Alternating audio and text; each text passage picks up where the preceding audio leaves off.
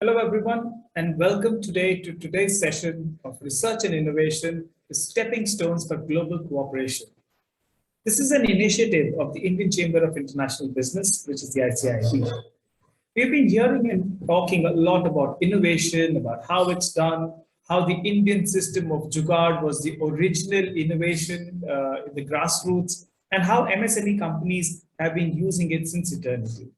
But the whole idea is to revolutionize the process, to look at formalizing arrangements, to helping companies and individuals to do scientific research and innovate and create an IP out of it, to develop systems and to ensure that they are lasting, they can be replicated, they can be developed upon, and the technology can be shared across the globe. Today's session on research and innovation is going to be very interesting. We have our partner country, which is the United Kingdom, and the partner state, which is Andhra Pradesh. We are having with us renowned speakers from the fields. We are having Mr. David Golding, who's the head of Global Innovation Partnerships of Innovate UK. We are having Mr. Anil Kumar Tentu. He's CEO of Andhra Pradesh Innovation Society, Government of Andhra Pradesh. Ms. Sarah Fallon, head of the UK Science and Innovation Network in India at the British High Commission.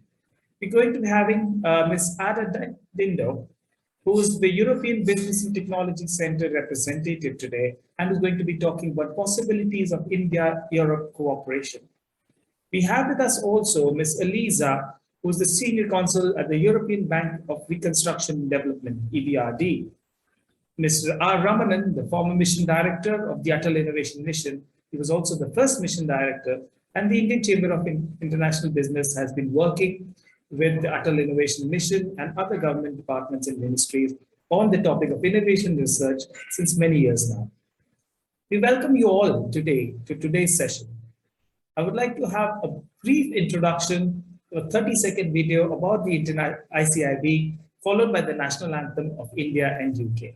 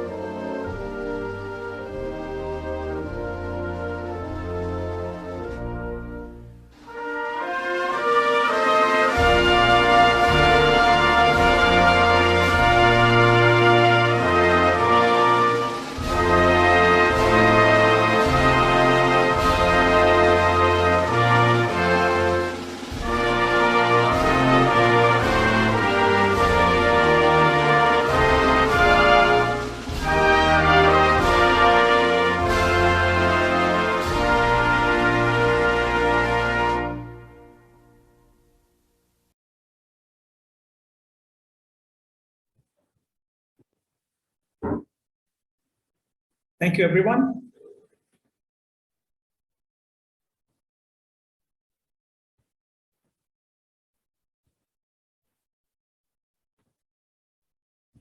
As we all know, research and innovation have been the stepping stones for cooperation among governments, among individuals, among universities, colleges, research institutions, and whatnot. And it is basically an opportunity for people to work amongst each other around the ecosystems that have been developed over the years. Our partner country today, the United Kingdom, has been on the forefront of innovation. We have today with us Mr. David Golding, who is the head of Global Innovation Partnerships from Innovate UK. Welcome, David. I would like to inform all that David's role involves leading Innovate UK's global activities, working with international partners and networks to build collaborations and delivering programs in support of innovative, high-growth UK businesses seeking global participation and R&D opportunities. Innovate UK, as UK's national innovation agency, provides support for businesses to develop and realize the potential of new ideas and to grow and scale globally.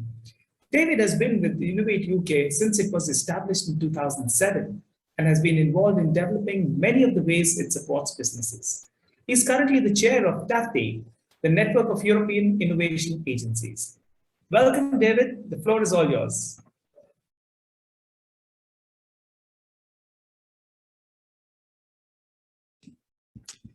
Thank you very much, and it's a real pleasure to be here today, and thank you very much for the invitation. I'm really pleased that the UK is the partner country for this event. Really much appreciated. I'd like to talk to you a little bit today about innovation in the UK and innovation in Britain, and talk a bit about what Innovate UK does and some of the ways that UK government is supporting innovation.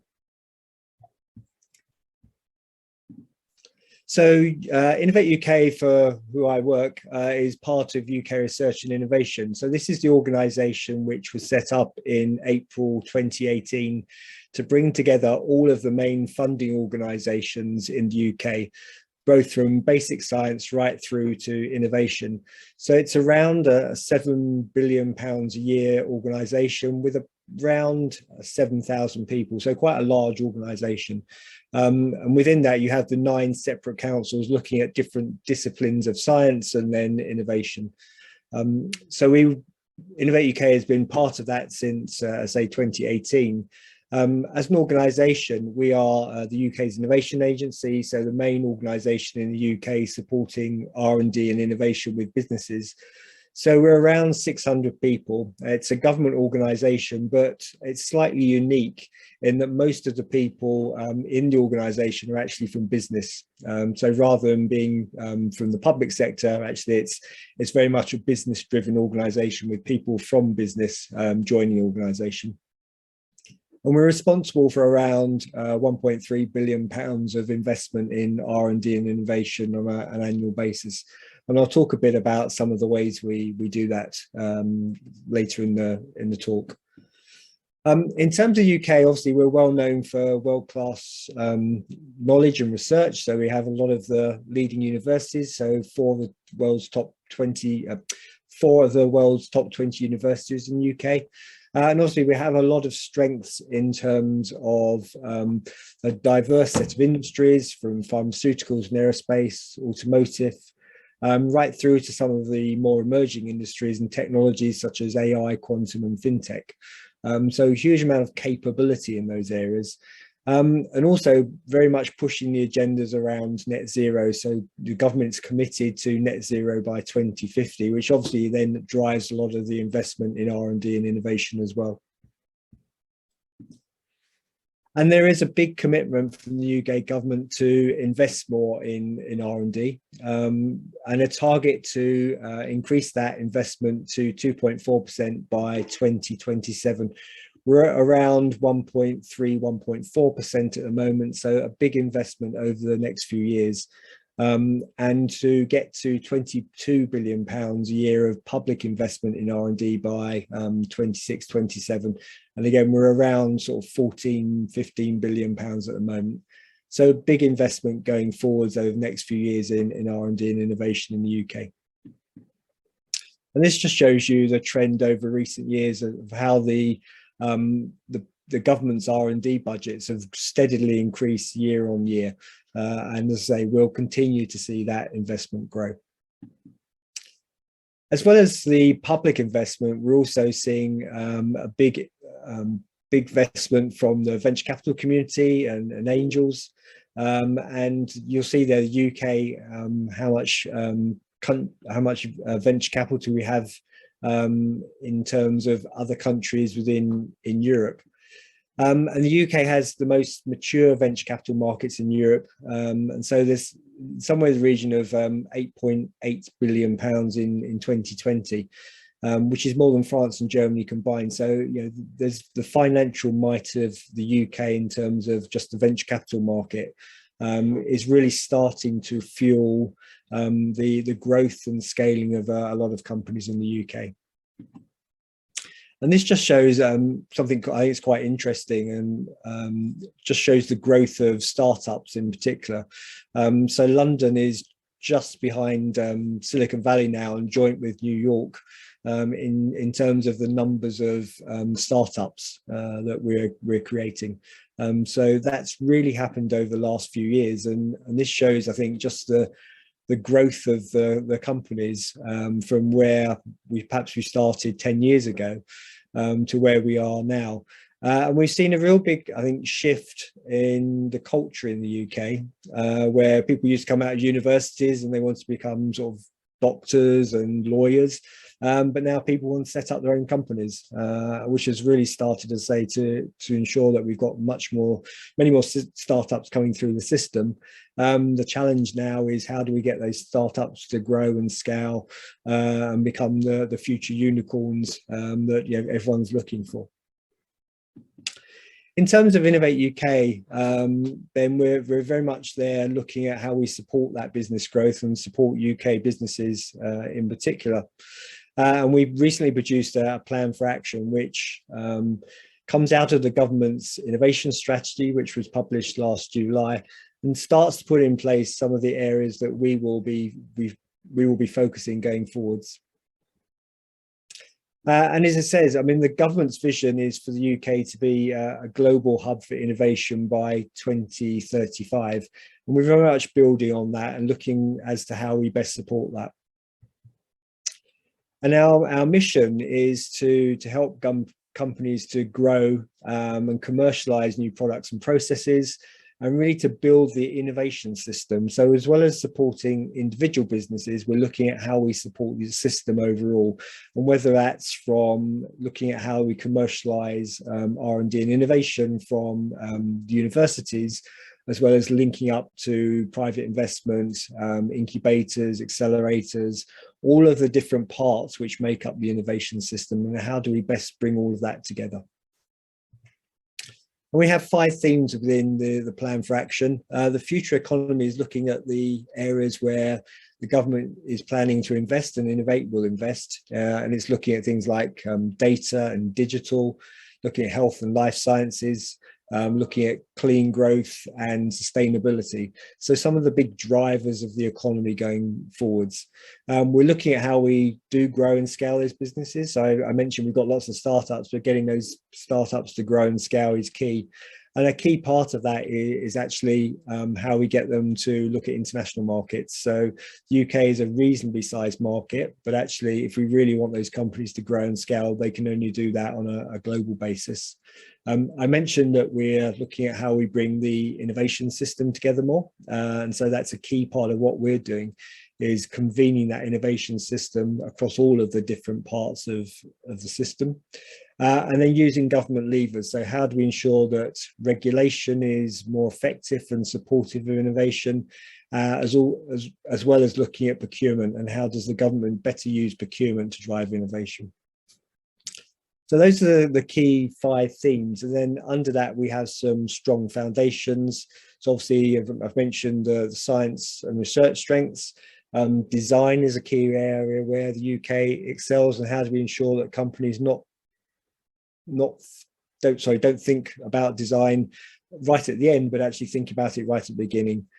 thinking about the societal impact of innovation, how we ensure that the public understand what technology can do and accept and embrace that technology. A key one for a lot of companies is talent and skills, and how do we make sure there's a strong talent and skills pipeline for all of the new technologies we're coming forwards. Equality, diversity, inclusion, and how do we make sure that we're really harnessing everybody within the innovation system from all different groups, and then levelling up. So how do we ensure that there's wealth across the UK? And that's been a big strategy published a couple of days ago by the government called the Levelling Up White Paper, looking exactly at that. How do we ensure that everybody everywhere across the country has similar levels of growth and economic wealth? And in terms of Innovate UK, then we provide funding to companies. So we provide grants to single businesses, grants for collaborations, and those are collaborations between businesses and research organisations, procurement contracts, so addressing some of the challenges coming out of government who are looking for innovative solutions. We have recently introduced loans, and our investor partnerships is where we link investors and the companies we're supporting. So those provide different types of finance, and that's available to any company who's established in the UK. So not just UK companies, but if an Indian company, for instance, established an office in the UK or registered a company in the UK, then they can access all of that support. We have, as well as our financial support, we have non-financial support. So Innovate UK Edge is our specialists who work on the ground in the UK supporting businesses on a one-to-one basis. They're part of Enterprise Europe Network, again, where we have links globally, including to India, and I know EBTC, who are speaking later, are part of that network as well. So we have those links to support international collaboration as well. We have our knowledge transfer network, so the Innovate UK KTN. They're there as a network to link people, so link academics to businesses to each other, and help people understand what's happening in different markets and thematic areas. And then we have our Catapult Network. So these are large world-leading centres where they're looking at things like high-value manufacturing, energy systems, cell and gene therapies, but they're there to help companies test their ideas, prototype, really look at providing the facilities and the capabilities that companies need, again, to grow and scale. And then we're looking at how do we help those companies, as I mentioned, look at global opportunities. So for businesses, what we're keen to do is make global success a key part of innovation-driven growth and scaling. So we're spending a lot of time working with companies around the global cooperation, working with countries to develop joint programs, and really look at how we develop companies and often projects and ideas jointly between ourselves and a country like India. So we've worked a lot in the past with the Department of Science and Technology, developing those types of programs, as well as the Global Innovation and Technology Alliance, and putting programs in place where we know that UK companies and Indian companies can work together to ensure that they're developing new ideas which both work in an Indian market, but also a UK and European market. So a lot of that collaboration goes on.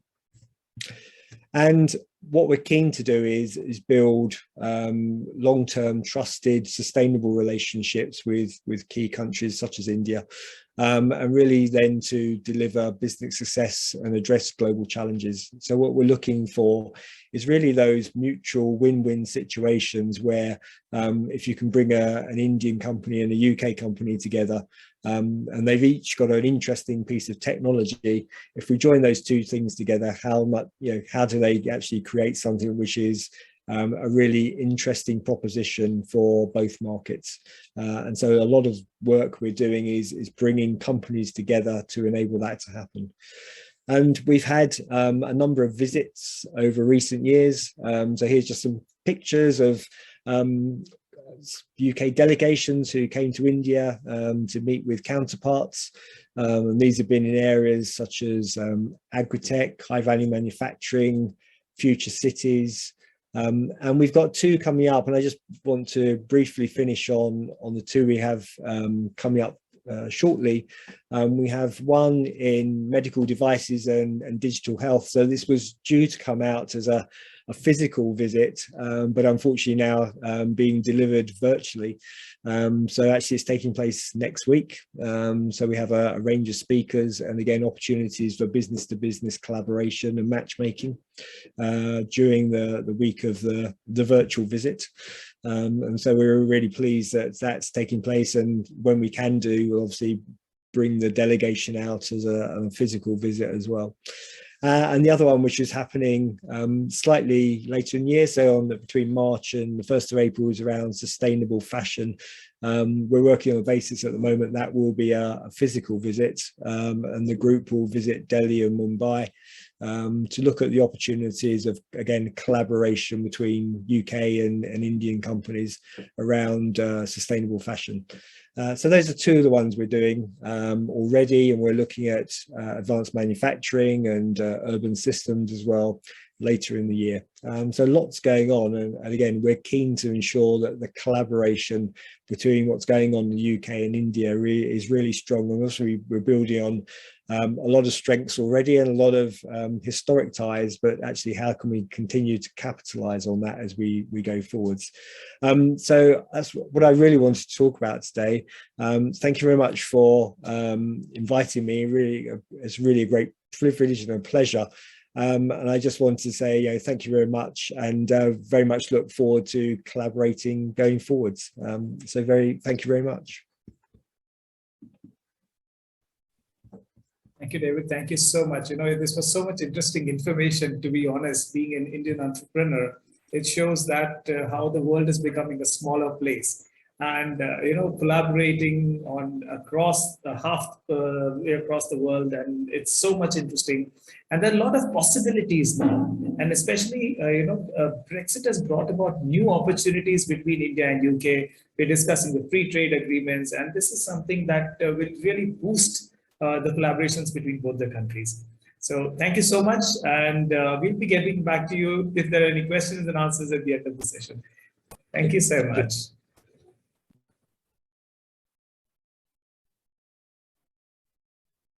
As we have the partner country as United Kingdom, we also have a partner state. That is the state of Andhra Pradesh. Andhra Pradesh is down south in India, and it is one of the leading states of India that has been developing the innovation aspect and pushing more and more into startups and developing them and taking them global. We have with us today Mr. Anil Kumar Tentu, who's the CEO of the Andhra Pradesh Innovation Society from Government of Andhra Pradesh. Anil Kumarji, welcome to today's session.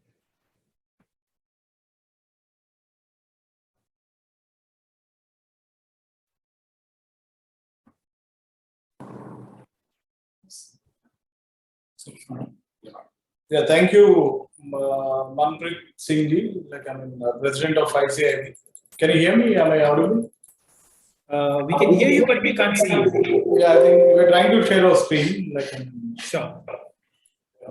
Just give me a few minutes. No problem at all. Yeah. Is it there?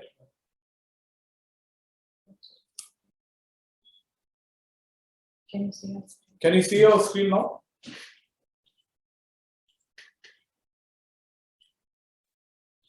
We can see the screen. Yes, we can see the screen. Perfect. Yeah, I am Anil, CEO of AP Innovation Society. I've taken charge very recently, and then I'm very thankful to you at the outset for having given me this opportunity to be the partner state on such a platform. And also, I thank the UK team being represented by Mr. David Golding, Head of Global Innovation Partnerships. And now I'd like to share how AP has been doing in the innovation front, and we've got a couple of slides to share. Later we can take it up from there on. The APIS, AP Innovation Society, was basically set up in 2015 under the aegis of the Information Technology, Electronics and Communication Department, Government of Andhra Pradesh. We are part of the government of AP, and we are here mainly to promote innovation and entrepreneurship, and trying to nurture the entrepreneurial skills of the youth and generate the business ideas, get them validated. Our main vision is to have build an ecosystem in AP, a complete ecosystem wherein we foster the entrepreneurship development, and also the culture of innovation has to be created here. For that precise reason, we've been working towards that vision. And the mission is to, as I told you in the vision, it's mainly built around driving the economic growth. And also, we are trying to put in place various methods and practices so that the entire development takes place under innovation and entrepreneurship campaign. Coming to the aims and objectives, we are mainly into creating a policy statements and also an agenda, setting an agenda by the government of AP, so that the innovation and designing and the cost-effective blueprint for developing various infrastructure and setting it up in place for the new state of Andhra Pradesh. For those who are not aware, like in 2014, the Andhra Pradesh state has been bifurcated, and then Telangana and Andhra Pradesh had been formed, and we are in the process of developing. It's been called a nascent state, and we've progressed so much. So you'll see as we go into the presentation. We have closely about 1 lakh square feet of constructed space. There are 4 innovation centers across AP. The first one being Vijayawada. We have InfoSite where we are staying. Can you just go back? Yeah, here we have entire full floor is rented by us, and we are marking space for startups in the capital city here. And also, next we have in Vizag, which is called as the Innovation Valley, and where we have a lot of ample space, and this is our own space, and a lot of startups are being incubated here. And previously NASCOM was sitting here, and now they moved to another premises in Andhra University, Visakhapatnam. And third, we have in Kakinada, we have another incubation center is there. And fourth, we have in Tirupati, which is called as the IT incubation hub.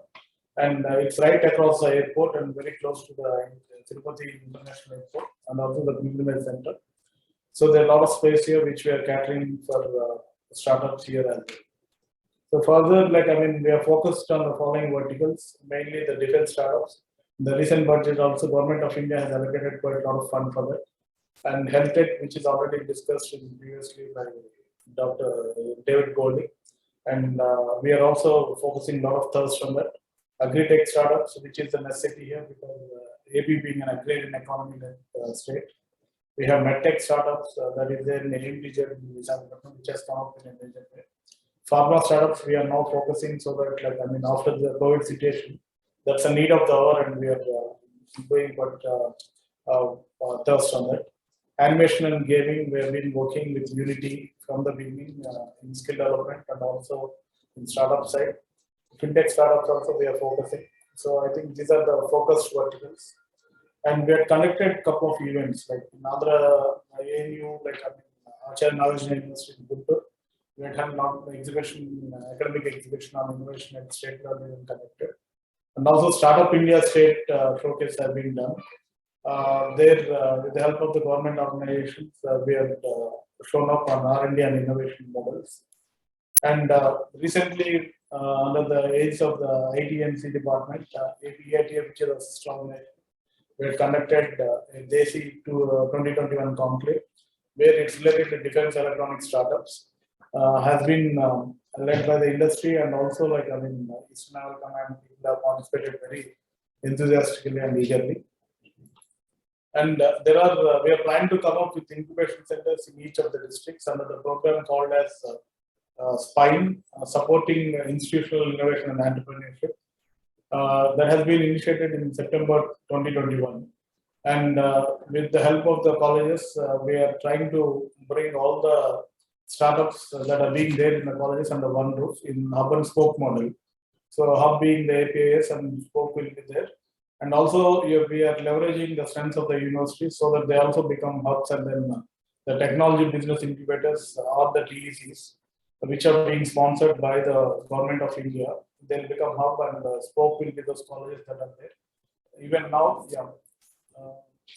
we are now trying to develop incubation enablers, like Adult Incubation Center, SKU Anantapur. Incidentally, Professor Nagbhushan Raju, who is Dean and Director of the center, is also there with us today. I request him after my presentation to give a brief presentation about the activities that they are taking it up there under the Ignite program. And also, recently we had established a NASCOM Center of Excellence for Startups that has been inaugurated by the Central Minister of State, Chandrasekhar Garu, and also our Minister, Manpreet Singh. It has got a tremendous response, and they are planning to cater to the demand in Industry 4.0. And also, it's mainly software technology park is being planned with Rashtriya Ispat Nigam Limited, which is nothing else but the Vizag state. So they are also asking us to do that. And now we have partnered with Arthin Advisory Private Limited on a joint venture basis, so that 15 startups can be started on a cohort basis. And also there is Catapult, which is a UK-based organization working on R&D laboratories and hubs in the energy sector. We are in discussion stage at this level while we speak, and we are planning to establish COE with their help as well in the renewable energy sector. Next, the country focuses with Germany. There's a GINSEP program. API is partnered as knowledge partner for them. And also, Taiwan, there's Titra, it's partnered to participate in the electronic vehicles startup expo. And as I already said, with UK, we are doing the Catapult. There are so many schemes that we have executed, and there's one scheme called Tide 2.0 executed, and also the cohort one that I talked about has been incubated from to the previously 21-22. Now APS is planning to have a COE with industrial collaborations on the emerging technologies. As we talked, our Honorable CM Jagannath Reddy Garu has directed us to start a emerging technology university in Vizag, which is going to be the EBTC capital. So in that, we are mainly focusing on these emerging technologies. One being blockchain, AI and ML, artificial and machine learning, Internet of Things, next gen ERP, data analytics, full stack Java, Python, digital marketing, and entrepreneur skills. So we are this year our progress is that we got about 342 startup applications from prospective players, and we are screening them and trying to make them incubate at various places that I shown now. And also the technology incubation development is being done under the TIDE scheme 2.0, which is about 72 applications that have been received by them. So we'll be potentially tying up with our partners, UK being the partner country today. As David Golding was saying that it's been come to a number 2 position in the startup thing in Europe. We are very happy to associate with them and collaborate with them in future. So, this is the actual proposed business flow that we are trying to do. We are thinking that this is how we'll start working with the schools itself. The school setup itself.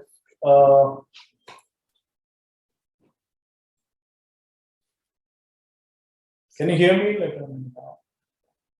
Yeah, we can hear you. Yeah, there's a just power outage. Yeah, no problem. In the very thing itself, now we are working on the school setup itself. It's called the Adult Tinkering Labs, sponsored by the central government. And also now we are planning to work in colleges and universities as well. As I talked about, we are planning to conduct various ideathons, hackathons, and boot camps in the coming future. The universities, as I said, we're trying to make them as hub with the technology business incubators of the TECs. And also following, we have EBTC, we have a body called AppShape, which is called AP State Council of Higher Education. There we'll be having about close to these entire trainings and certification programs are being taken up. I'm trying to bring in some collaborations wherein we can do training on entrepreneurship and also this startup ones, so that that inculcation can take it up in a big way. And also our 4th vertical being the startups itself, where we will have primary focus on the startups. We will try to reach out to the venture capitalists or the angel funding and then go about in a big way. So fifth one being the financial institutes, where we would like to co-partner with those agencies and get sufficient financial backup for the startups. And this is the revenue generation model that we are trying to put it. Here we are trying to collect the membership fee or the trading costs or service charges from all these schools, colleges, all the startups, so that AP Innovation Society for a period of time will become self-sustainable model. It will have a robust purpose fund, and tomorrow we will be in a position to support a lot of activities instead of going to anywhere. We are equally अपना फोरसाइटेडनेस हम business innovation पे कर रहे हैं ना, अगर chapter आ जाता है. I'm also equally planning to look at taking some active collaboration from the industry with your support, Manpreet ji, and wherever possible, I think we'll have that them either as our resource persons, so that we can either collaborate with them in physical, financial, or mentorship, or industrial internships or partnerships, so that we can go in a long way. This is what in a nutshell about AP Innovation Society. I thank ICIB for giving us this wonderful opportunity, and also the UK country for having taken us on board with them, and look forward to working very close collaboration for realizing the dream of innovation in AP. Now, with your permission, I'd like to request Professor Nagbhushan Raju, who is Dean and Director, Center for Skill Development, Entrepreneurship and Incubation at SK University. They are implementing Atal Incubation Mission, which is one of the first one in the country. I rather request him to, let's hear him from his own words. Professor, now over to Professor Nagbhushan Raju. Yeah. Thank you, Mr. Anil Kumar Garu. Hope I am audible to all. Yes, sir, we can hear you. Yeah, thank you. With the due greetings to all the speakers and all the participants. I'm Professor K. Nagbhushan Raju, speaking as a founder director of Atal Incubation Center at Sri Krishna Deva Raya University. Let me share my presentation. Yeah, is it? Yes, sir, it's visible. Yeah, good. Okay, so Atal Incubation Center at Sri Krishna Deva Raya University is a Section 8 company registered as a AIC SKU Confederation in the year 2017. Basically receiving support from Atal Innovation Mission of Niti Aayog, Government of India. It's a first generation greenfield incubator set up by the Niti Aayog. And we also glad to have the support of AP Innovation Society from the Government of Andhra Pradesh as a bridge grant supporter, because that is mandated by Niti Aayog at the time. And we have been equally happy to have been receiving the support both from Atal Innovation Mission and AP Innovation Society to carry out our objectives. Basically, to inculcate the entrepreneurial spirit, to groom the startups and emerging businesses in the region, and to ultimately enhance the economic health of the industrially backward regions of Andhra Pradesh. So aic-sku.com is our website, and our thrust areas are basically enabling technologies for circular economy, renewable energy, and agriculture. We have been focusing mainly because ours happens to be the out of the 68 Atal Incubation Centers in the country supported by Atal Innovation Mission Niti Aayog. We are the only one possibly operating from an university, operating from Tier 3 towns.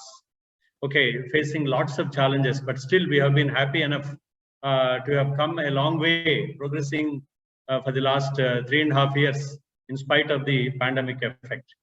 Now, the Center for Skill Development Entrepreneurship, is the slide visible of Center for Skill Development Entrepreneurship and Incubation? Yes, sir. Yes, sir. Thank you. Because once in a while that requires, because the slide change will not normally get updated. Okay, so we are proud to say that Sri Krishna Deva Raya University, under the umbrella of Center for Skill Development, Entrepreneurship and Incubation, has all these 4 centers all under one roof, possibly a very rare occasion. We have a Science Center supported by VM Birla Foundation, Skill Development Center supported by AP State Skill Development Corporation, and an Innovation Facilitation Center supported by AP Innovation Society and Atal Incubation Center supported by Atal Innovation Mission, Niti Aayog, Government of India.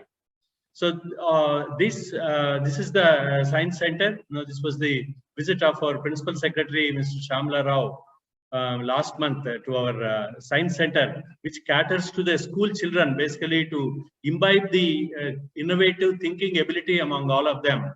We have a Science Center where the school children frequently visit the facility. And this is an Innovation Facilitation Center where students are made in group. We have an idea square, where the students can sit in different tiers and, they keep on discussing, debating on different ideas. They come in a groups and then pitching for the ideas.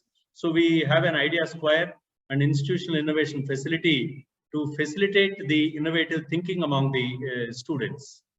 And then we have a skill development center where the students are specifically domain skills, domain-based skilling is done. And this is the overall idea of this is an Atal Incubation Center, and where we have the Science Center, Incubation Facilitation Center, Skill Development Center. And this is the inside view of the facility. And we have a state-of-the-art, world-class incubation facility of co-working space, and all the other, informal co-working space and formal co-working space. Very good mentor network, very good investors network.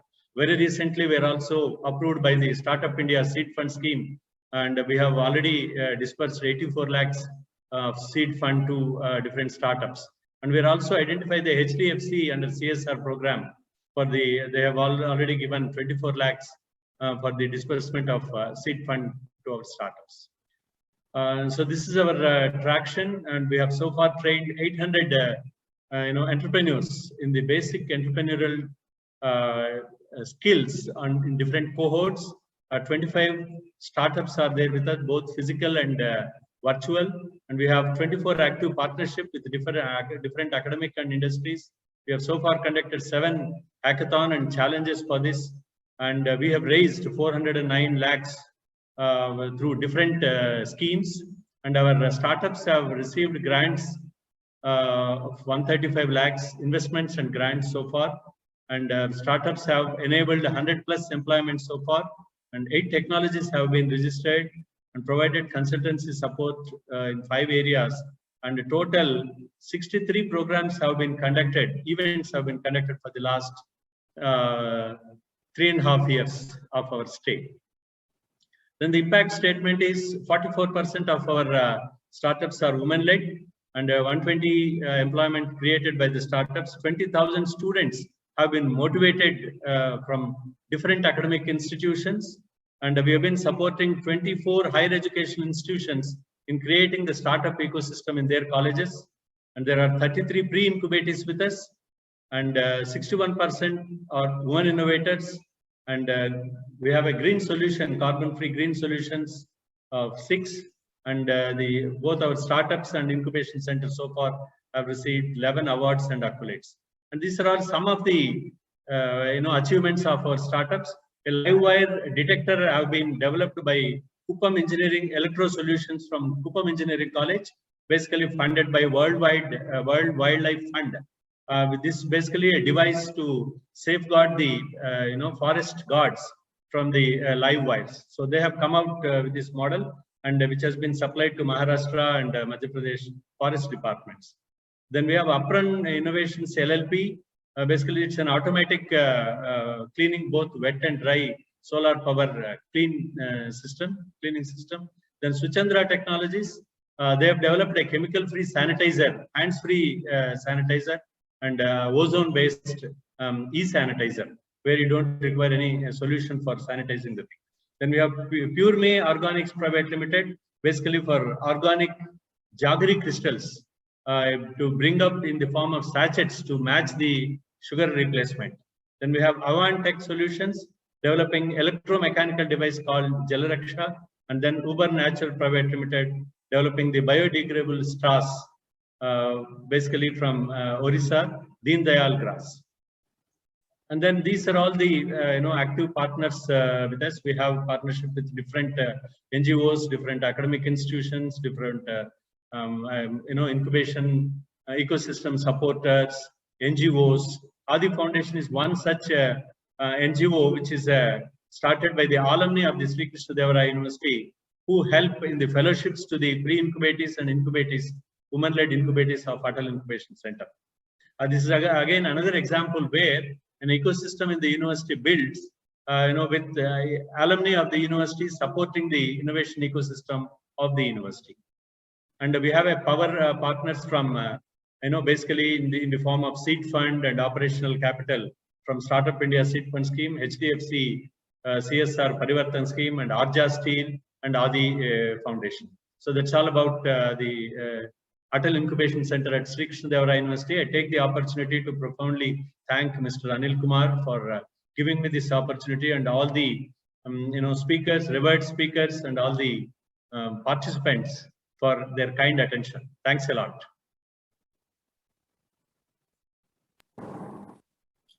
Thank you, Manpreet Singh. We are done from AP Innovation Society. We further look forward for active participation from your end and from the UK government and UK agencies that are present today. Over to you.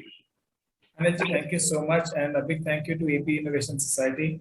And Professor Sab, thank you very much for explaining about the activities that are happening in Andhra Pradesh on the grassroots. So a big thank you to both of you. Thank you. Next, we have a speaker from UK, Ms. Sarah Fallon, who's the head of the UK Science and Innovation Network in India from the British High Commission. Sarah, are you around?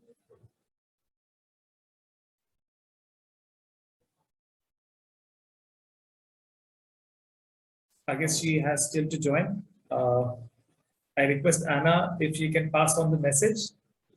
Meanwhile, we'll go ahead with our next speaker.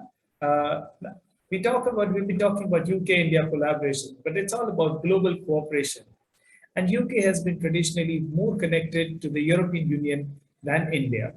We want to bring this bridge together and have a closer cooperation with the rest of the Europe too.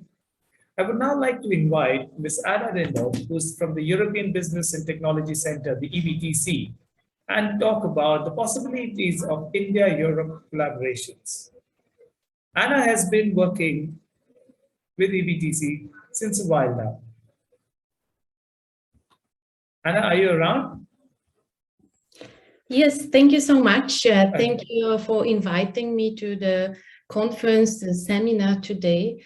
I appreciate the possibility to share with you the possibilities of cooperation between India and Europe and our role as EBTC of supporting European and Indian business in India. I have shared the presentation with you, but I will need a few more minutes to restart my other computer to show it with you, or in this case, I will just send it to you in the chat box. So you can take a look and reach me, and if you would have any more questions about my today's presentation. No problem. If you want, we can share it too if you need it. If it's possible, yeah. Of course. Just give it. Yeah, suddenly the Zoom is, updating, of course, in the worst moment possible. Therefore, I'm not able to share with you my screen. If it would be possible, let me start speaking, and if it would be possible to just share my presentation I've sent to you today earlier. Of course. That would be great. As it has been mentioned, I represent European Business and Technology Center. It is a project advisory and facilitation organization that has been set up in New Delhi. At the beginning, we were set up by European Commission as a project. Later on, we changed into non-for-profit organization that still support European projects in India, but we expanded with more new initiatives and more projects, especially in terms of innovation, in terms of research, green technology, and internationalization. My role at EBTC is to support European green tech companies to find relevant projects in India and relevant long-term partnerships here in India. Our headquarters is based in, we are based in New Delhi, as I am as well. And however, our team is also present in Brussels and in Germany. What is the core and principal idea for our role in India is to strengthen the Europe-India business corridor and to build partnerships. We focus, as I said before, we focus on sustainability, innovation, green technology. What is important for us is project-centric approach. We focus on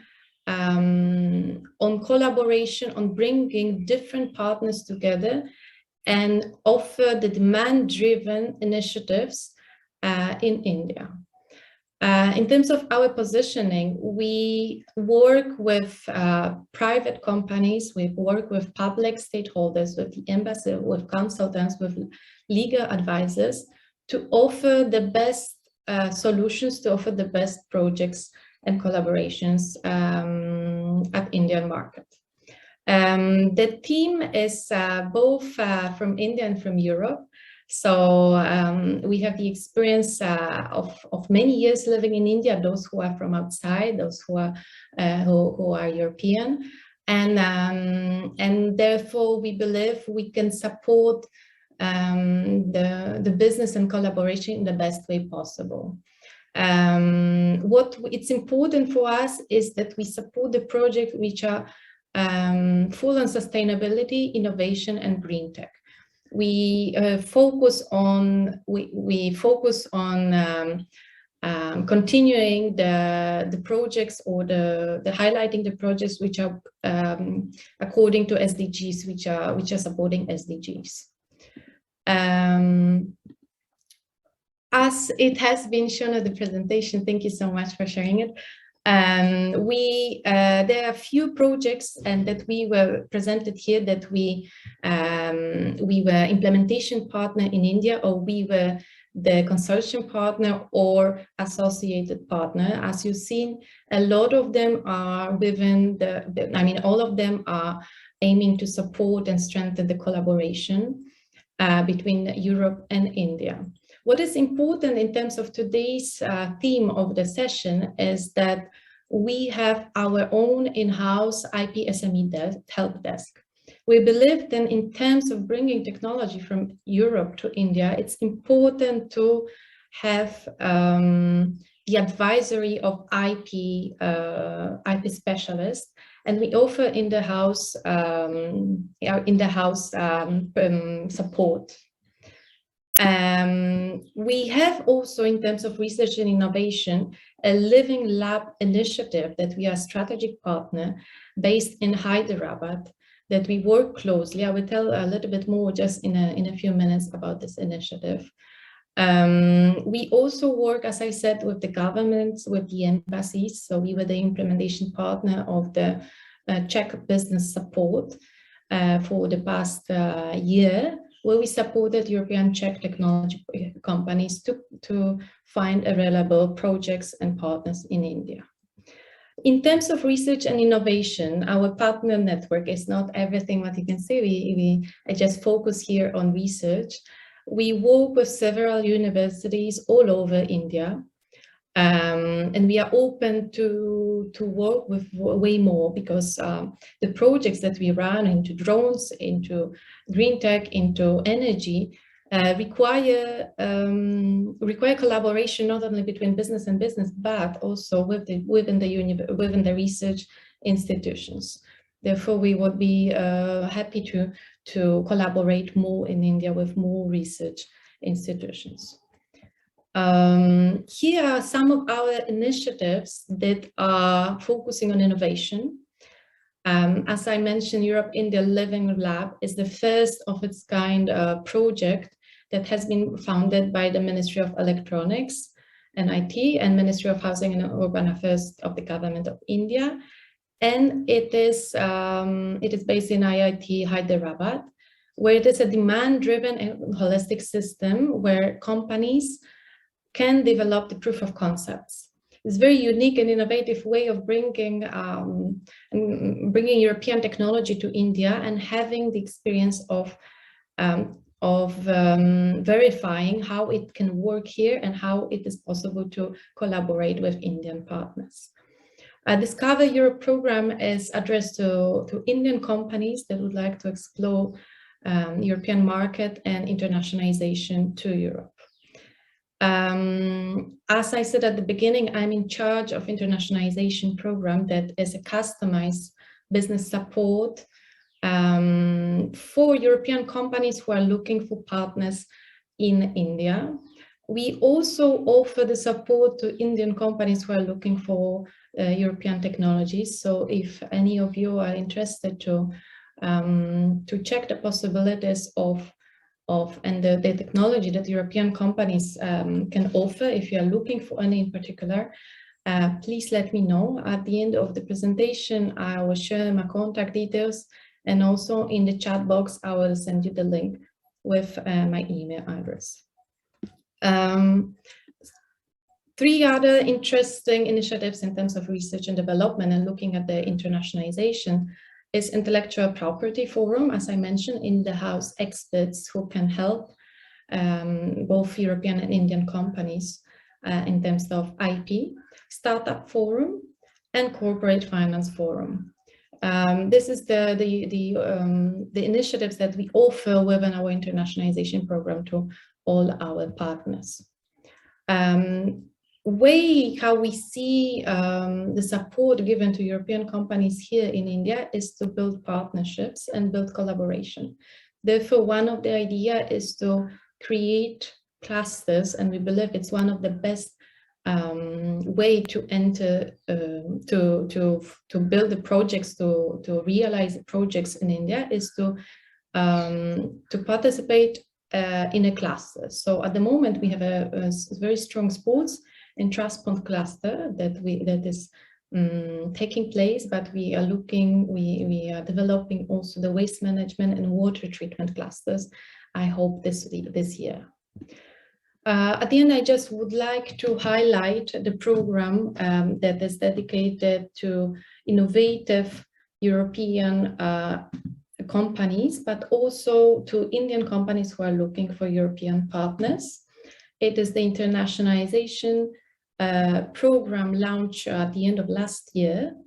The program focused only on green tech and clean tech companies, because we would like to offer the best possible advisory, the best possible projects, and we believe that in India this is a demand for these kind of sectors to be developed, and as India has a huge focus on sunrise sectors, it is now the most of the perspective areas to develop. We offer specific technology advisory. We offer a program that is customized and adapted to the needs of the company and also to the market. We also allow access to our knowledge, EBTC's body of knowledge and network that includes public and private sector stakeholders, a vast network in Europe to the companies and also to the institutions in India. We also allow the companies to use existing EBTC initiatives and also to develop together with us a similar demand-driven programs. If you would like to know more about how we support, in this case, also research and how we support innovative technologies, please reach to me. The email is here, dindo@ebtc.eu. To know more about the program, you can check the website, and also just contact me if you would like to have any questions and explore opportunities the projects that we have and that we allow. Thank you so much. I would like to thank again Mr. Manpreet Singh for inviting me here, and looking forward to further discussion and the next presentations of the speakers who has been invited today, this session. Thank you so much, and hope to get in contact with you. Thank you. Thank you, Anna. Thank you so much. It was very interesting to see how EBTC has already been working on the ground and seeing and connecting both parts of the world. And the most interesting part was where you mentioned the projects, the sectors, and how it has been achieved already, and how the members from ICIB and other institutions, research institutions, the state governments can partner with various embassies and ministries and to collaborate and to bring on ground the technologies from Europe and to increase and evolve the situation around on the grassroots. So thank you so much once again.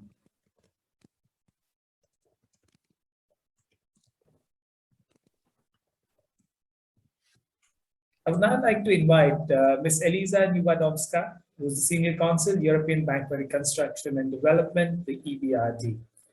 Eliza, welcome to today's forum. It's so nice of you to be with us here today.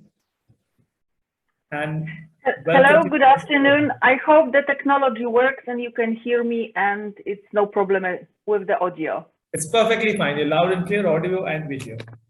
That's great. Thank you.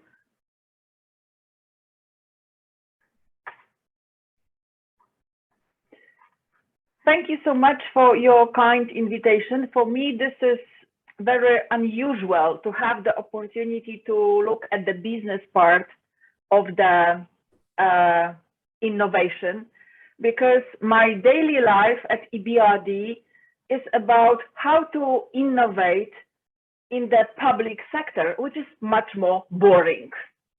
However, we all use public services, and that's why the EBRD is so passionate about bringing the innovation to how we modernize public sector services and how we digitalize public sector services. I am not the IT person, I am a lawyer, but I work for the bank on the projects that are promoting lab approach and innovative approach to the regulatory reform and to the digitalizing the interaction between the private sector and the government.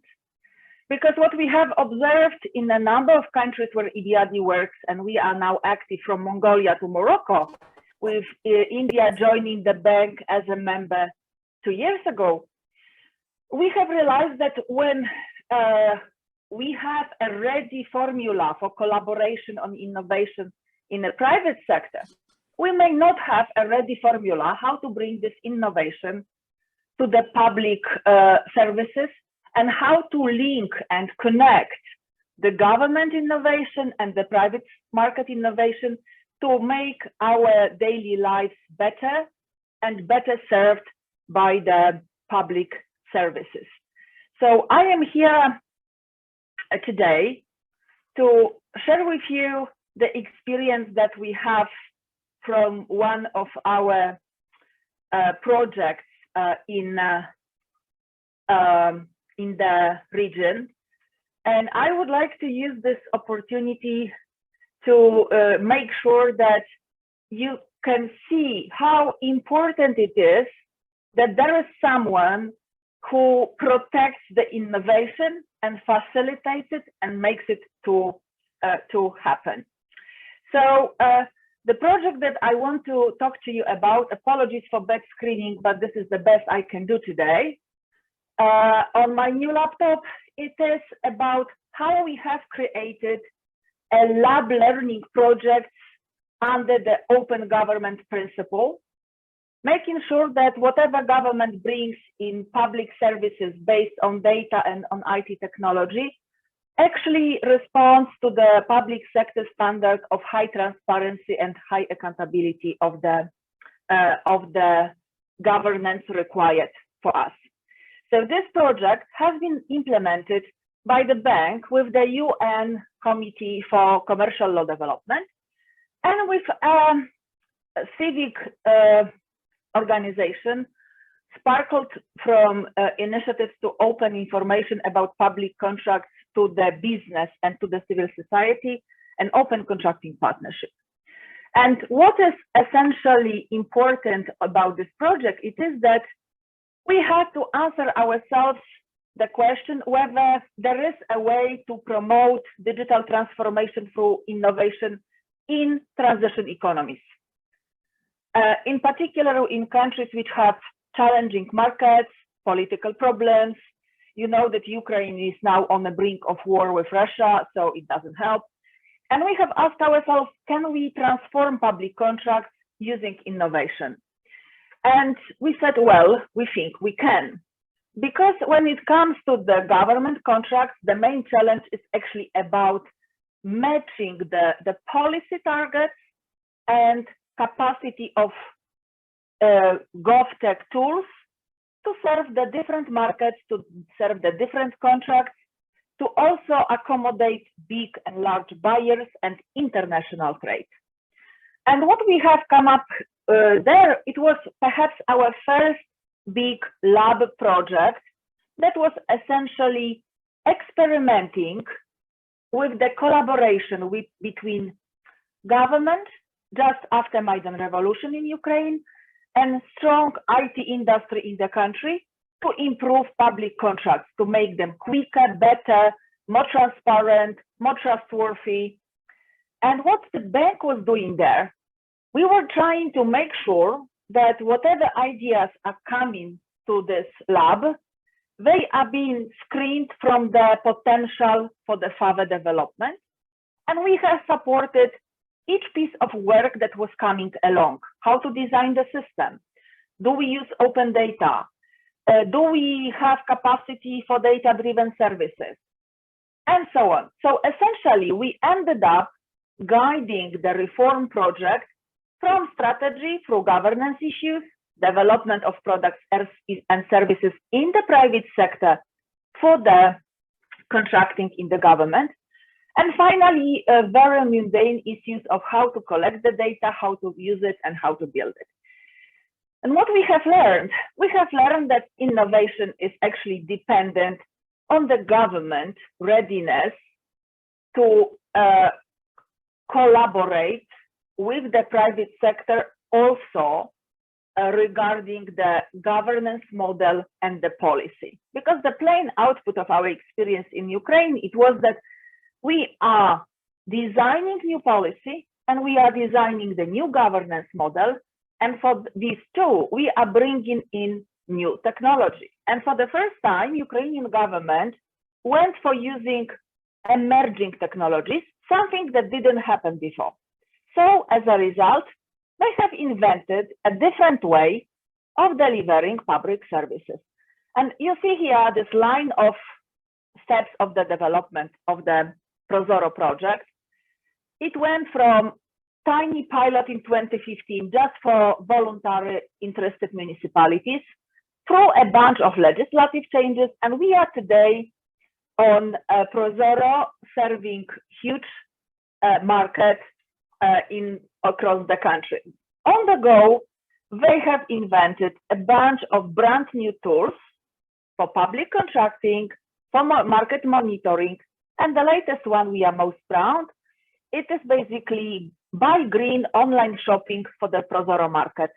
So the government has a tool, not only the policy, to make sure that in 3 years, all light bulbs across any public building in Ukraine, they will be energy efficient.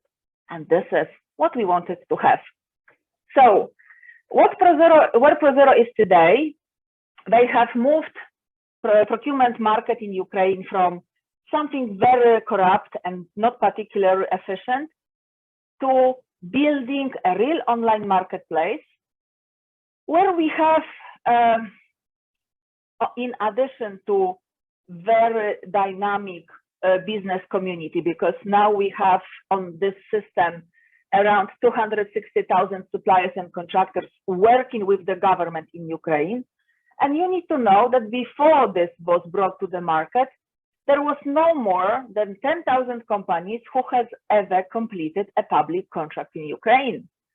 At the same time, using fully digital tools and using open data, and using these brand new technologies that were very risky because they were not tested by any government before, helped the Ukraine to build a brand new model of developing public services. And what was tested on public contracts now is being used for selling public assets, for organizing motorways. So the concept of collaborative delivery of public service has taken in Ukraine very well. And what they have achieved something very significant. Business started to trust the government procurement decision, and citizens, they have a feeling that there is overall less corruption in the process than before. And what we are, of course, most proud of, it is that this has brought to Prozoro over the last 3 years 5 major international awards for innovation. And you may ask me what we are doing there as EBRD. Well, we have learned a lesson that lab learning projects are actually very useful. And they are very useful because there must be someone who is facilitating this communication between government and regulators and non-public stakeholders of the regulatory processes in the public sector. And if you don't have this facilitator bringing the innovation and recognizing it, it's very hard for startup industry and universities and research centers, but also civic tech activists. It's very hard for them to come to the government with request, with proposal, with a pilot. If they will have this pilot or proposal in the concept, and they will come to our open government lab, they get a support from our TC funding. And if we think that this is something really with a potential, we will also help them develop prototype of digital tools. And when they have this prototype and they can show something more than just an idea, we have the role of absorbing the risk. So the lab is functioning as a cushion between idea coming from the innovators and the government bodies are responsible for public services. And what we essentially do, we help this prototype that has been built under the lab funding to be validated in the industry pilot. The government is no longer scared of this new technology. This technology gets acknowledged. We also help to design and develop, bringing the expertise that is filling in the gap between brilliant IT people and the government civic servants. They don't speak the same language. They need a translator. And frequently this translator is me, because my job is to understand what this new idea of the policy and regulatory technology tool may bring to the government and to the market, and explain it to the government people that this is worthwhile to give it a chance. So we are translating the brilliant technology ideas into something the government can understand and be persuaded to test. And when it comes to the testing, we always have 2 challenges. First one is a regulatory one, and the second one is operational one. And here, this is what the lab does. So we are helping the government to set up a regulatory framework for this new idea and create what is now called legal sandbox. That we have a provisional temporary regulation that allows the innovator to bring the service to the market and test it. At the same time, we are helping this innovator to bring more maturity to the product. So we support them through testing, through piloting, in public sector use. So we look for interested government bodies that would like to try the new Govt. And I have to tell you that when I am joining the innovators team for such a conversation, everyone is always skeptical. But with all due respect, governments are more likely to listen to us from the EBRD speaking up towards the new idea brought by the local team somewhere in the country who has got this nice prototype. So without me, they would be very lonely in this conversation. And finally, what we try to create together, a new models of digital services in the public sector that can be replicated globally.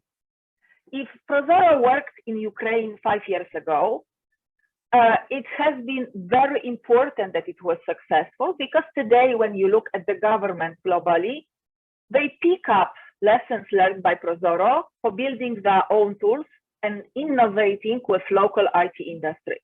And this is becoming a trend. What is important for the policymakers, it is that we have to, on the lab level, work out an operational formula for the government, how to make space for innovation in the government IT services, and to move our thinking from government owns the system to government manages the market and secures open data for use to make sure that service is transparent. And the benefit of this is that most frequently, these new models of delivering public digital services are really more efficient, and they are cheap, which means that they can be used across the market without major spending from the government. And this is the lesson that we have learned. So we work as a middleman between the innovators and the government. We help innovators to build the new technology, and we help the government to find a common language and set up new regulatory frameworks that this innovation is given a chance to become a standard. Thank you. Eliza, thank you so much. You know, it's very innovative, I would say, that the governments are actually going for it, and this is an initiative that has been taken up. So for the benefit of all, you know, I would like to inform that Eliza is responsible for government commerce regulatory advice and digital transformation, and leads the technical cooperation under the EBRD, UNCITRAL Public Procurement Reform Initiative, and the EBRD GPA Technical Cooperation Facility. She's a lawyer and economist, and she holds a postgraduate degree from Warsaw University in Poland. Thank you, Eliza. Thank you once again. We hope that you're going to stay around till the end for some questions and answers. Thank you so much. Looking forward to. Thank you. Thank you. With this, we have a very interesting personality amongst our midst today. He is the forefront and the person who's led from the front the innovation in India. He is the first and former chairperson and director of the Atal Innovation Mission under the Niti Aayog. Shri R. Ramanaji is with us here today. Ramanaji, welcome to today's forum.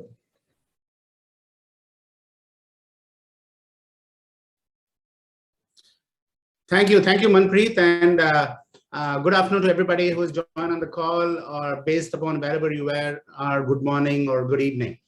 Indeed, it's a pleasure and a privilege for me to be able to join this very august group of speakers and share a few thoughts on the innovation story that is being undergone in India. And it's always a pleasure to meet everybody and also listen to the various views and get tremendous amount of learnings from my fellow speakers. First of all, before I proceed, a very happy new year to all of you, though it's not too late in the year, I guess, to wish that. And also, I do hope that every one of you is safe from the COVID crisis, and all of you are practicing the safeguards advocated by your local governments, by your local institutions, and by the local government authorities. Indeed, we are living in unprecedented times. A simple virus has paralyzed countries across the world. It has created grievous disruption to lives and livelihoods. It has created grievous disruption to supply chains. It has created national lockdowns under whose effect we are all still reeling. And more importantly, it has created a fear of uncertainty of what the future holds for us. What about other global pandemics lurking in the horizon? What about issues like climate change that we have talked about, but we have not yet experienced in its full ferocity? What about disruptions of supply chains and nationalistic fervors that are gripping various countries all over the world? And as a result of which, there may be greater lockdowns and so on and so forth.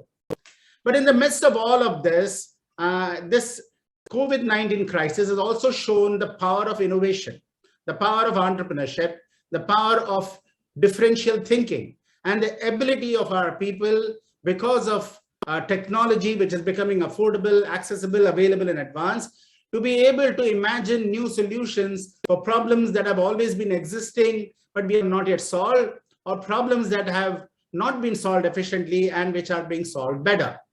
And that is why this forms a center stage, especially in a country like India with 1.3 billion people, which enjoys a demographic dividend that is the envy of many a country, as most of you know. We have 65% of our country under 35 years old. We have 50% of our country under 25 years old. We have 1.4 million schools in our country, more than 10,500 engineering and related institutions, and more than 39,000 colleges. And we have 150 million young students who are going to be entering into the workplace over the next 5 to 10 years.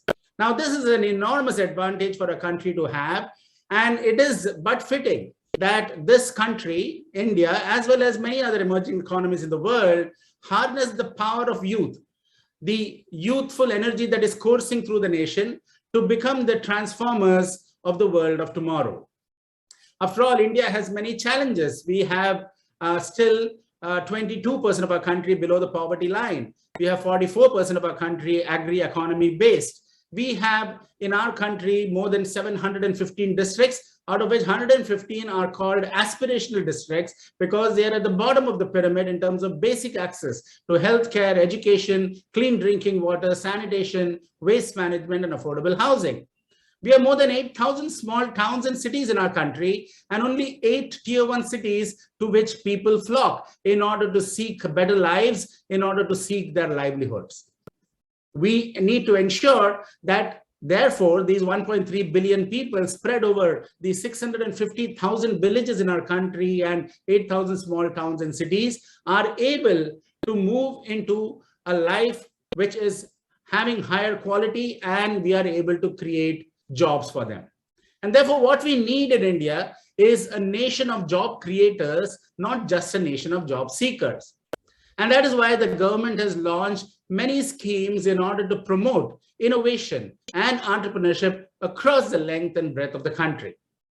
The Atal Innovation Mission that I was fortunate to be associated with for more than 4.5 years as a brainchild of the Honorable Prime Minister to drive and create an ecosystem of innovation and entrepreneurship nationwide has been instrumental in giving further impetus to this movement.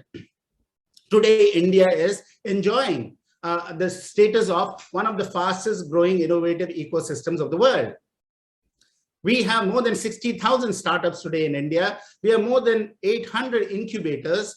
We have more than 80 unicorns that have come up in the last couple of years. And the amazing thing is, during the last year, the COVID-19 year, we had 41 unicorns being born in our country. Now, that is showing the tremendous power of innovation and the power of entrepreneurship that is coursing through the length and breadth of our country. Now, what are the initiatives that are happening from the government in order to create this ecosystem? At the school level, we have launched what are known as thousands of Atal Tinkering Labs for school students between grade 6 to grade 12. You see, the world is rapidly changing with technology. Technology is becoming affordable, accessible, available, and advanced. 3D printing is revolutionizing the way we can conceptualize, define, prototype, manufacture a product right in front of your eyes from your small kirana stores in India, from your classroom, or even from your home. Robotics is driving the next degree of productivity and automation. Sensor technologies are getting integrated, or IoT technologies are getting integrated into man, machine, device, soil, and space. And as a result of which, large amounts of data are being gathered, which can be processed meaningfully by very powerful computing, nano computing, distributed computing, object computing, and so on. And with the power of big data and analytics, you are now able to process this data and arrive at meaningful decisions. This is why augmented reality, virtual reality, and these technologies are all converging together, and artificial intelligence is becoming a reality. And therefore, with the power of technology, you are now able to imagine new solutions for problems that you have not solved before, or problems which have been solved in a non-optimal manner.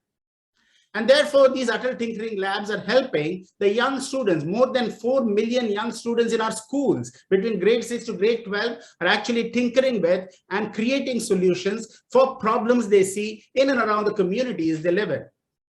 Now, in order to in order to promote entrepreneurship, you first have to create a culture of innovation, a culture of research in the country and in the young students at the school level, so that when they go into universities and when they go into the industry, they carry with them the culture of research and innovation, which is required in order to become the problem solvers of tomorrow. And therefore, these young students are getting the ability through these tinkering labs, through do-it-yourself kits in 3D printing, robotics, IoT, miniaturized electronics, and augmented virtual reality, to be able to create these solutions for problems they see around the community. Now, that in turn is creating a problem-solving, innovative mindset in our young students, a research-oriented mindset, a curiosity mindset, which is so very important if you want to have applied research and applied innovation. Now, when you go to the universities, we are setting up hundreds of incubators, world-class incubators, which will create thousands of startups, world-class startups. Now, these incubators are being set up in universities or in research institutions or in the industry across the country, across the various states of our country. More than 26 of the states already have world-class incubators, and they are spawning thousands of startups.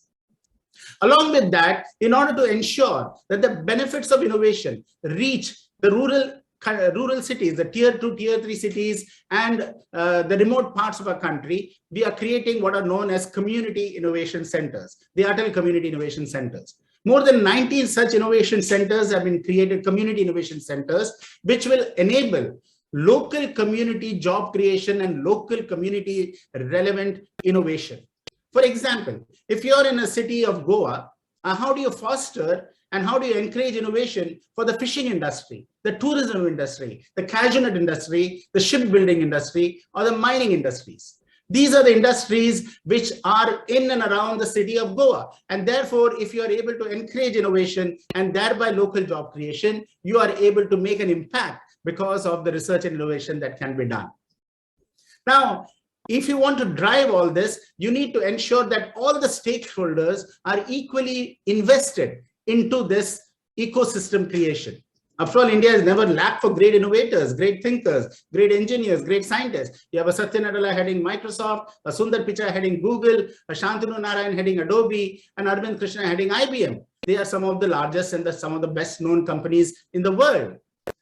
But we want to create the same research and innovation ecosystem in India so that you can have thousands of Satya Nadellas and thousands of Sundar Pichais blooming and blossoming from our country.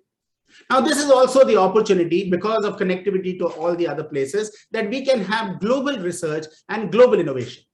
So in order to foster this global research and global innovation and co-innovation, as we call it, we have formed tremendous partnerships with countries across the world, whether it is the US or the UK or with Australia and so on. And we launch what are known as joint innovation challenges. It could be hackathons, it could be innovation challenges, where students and startups from each of these countries join together and create solutions that are relevant to those challenges. And these challenges are the ones relevant for the world.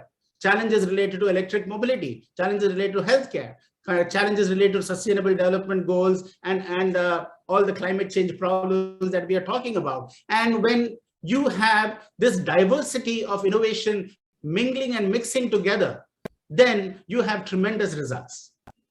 At the same time, the Government of India, through the Office of the Principal Scientific Advisor, have created 6 clusters, science and technology clusters. These clusters have a pyramid structure. At the bottom of the pyramid is a shared ecosystem of resources, researchers, as well as tools, labs, and so on. At the next level are regional solution providers who will create solutions from the research and apply the research for innovation relevant to the local requirements of that region. And at the top of the chain are products and research and services or solutions that can become not just nationally competitive, but globally competitive.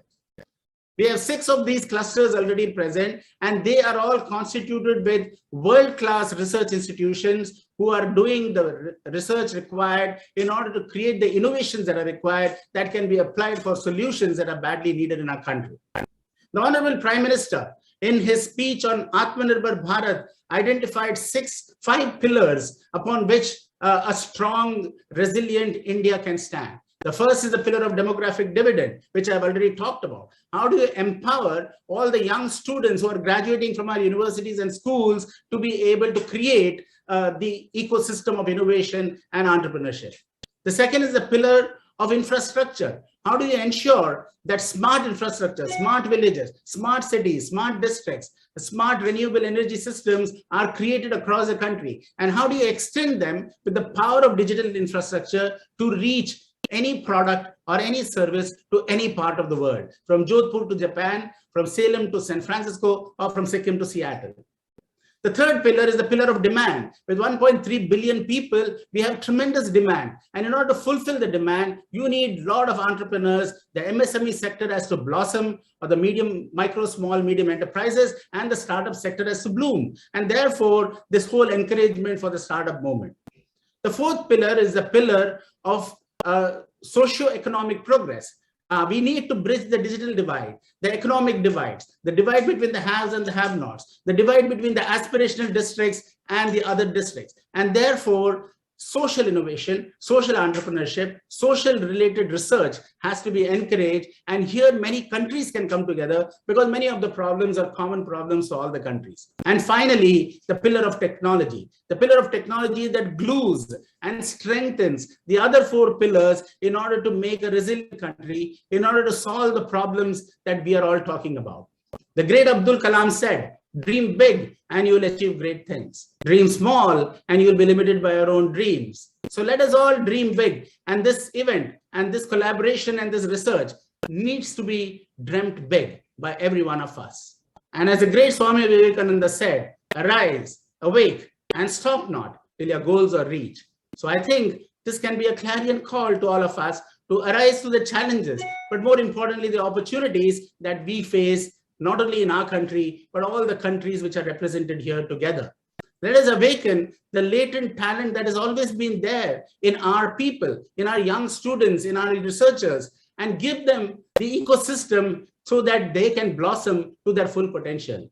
And let us stop not till the goals, not only of India, but all of the other countries are reached, the sustainable development goals that we talk about, because without that, we will not have this beautiful planet in which we live today.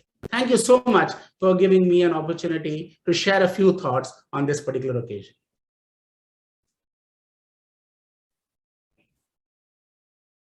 Ramanaji, thank you so much for such an insight into India's economic and innovative ecosystem that has been developed by the government in the last few years. I think that sums it all up, and how we have changed and how we have evolved our innovative ecosystem, and how the development is happening at the grassroots, and it is being taken to commercialization. So thank you so much. It's a pleasure to have you with us. With this, I would like to throw the forum open for a few questions and answers. In case any of the audience, I request you to please raise your hands. If you have any questions for any of the speakers, please clearly mention whom it is directed to.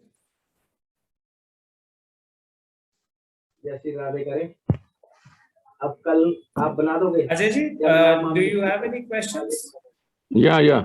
Please. Yeah. Who is it addressed to? Good morning to all. Good evening to all speakers, especially Mr. Ramanathan, and to UK Innovate program chief, who is there. A very informative speech both have shared with us here. Sir, for my question to Mr. Ramanathan, there is a survey with ADB in 2016 that shows that 87% of MSMEs who own their enterprises have barrier for going innovation, and the same thing is for 69% feels that innovation is from outside here. So, and likewise, there is a 76% technology information is not available to them. So that is the basic area where these SMEs needs financing, not from government only, but private and venture capitalists and whatever it is. So that is the big challenge because self-financing for innovation, MSME have very little fund for that. So I need a proper advice and suggestions from you only. Thank you, sir. Thank you, Ajay ji, for a very, very important question that you have raised and a very important observation. In fact, I think you rightly pointed out, and I should have pointed out in my talk, 80% of our labor force is associated with the MSME industry, formally or informally. Actually, we don't have good data of the formal thing, but informal labor is mostly associated with the MSME industry. And therefore, this is a very important industry for us to be able to address, not only from the point of view of generating entrepreneurs, but of supporting them through various financing schemes. The government has actually been seized with this problem, both at the Niti Aayog as well as at the central government, and many of the state governments are very, very supportive of these schemes. So there have been many schemes which have come out. Now, these incubation centers, for example, are automatic places where you can gravitate. Many of the MSCs can gravitate to be able to avail of these incubation centers and get funding sources also from these incubation centers that are there. There are more than 400 government-sponsored incubation centers across the country. Also, there are many funds and schemes. If you look at Startup India portal today, there are many schemes by which the MSMEs are getting supported, either directly funding some of their initiatives based upon some criteria that is already there, or getting access to loans with very, very good terms and conditions for them through a fund of funds that has been organized by the government. So I would advise that you please look up at the Startup India portal, the MSME sector portal, which has come up, and now with this Gati Shakti that has been launched by the government in this budget 2022, there has been a tremendous focus on how do we support the MSME sector, because unless you support that, this particular Gati Shakti, or the 7 engines of growth of Gati Shakti that has been identified by the government, all of them will require the MSME sector to be supported very adequately. Thank you, sir. Thank you. Anil, you have a question, I see. Please go ahead. Yeah, just Manpreet ji, this is about the question is to David Golding, the head of Global Innovation Partnerships. If sir can elucidate how we can have a possible collaboration at AP with them, in the sense like, sir, it does seem like, the kind of activities that we are doing here in AP Innovation Society and Government of AP. So I rather request you to kindly, give us the way forward how to go about collaborating with the Global Innovation Partnerships.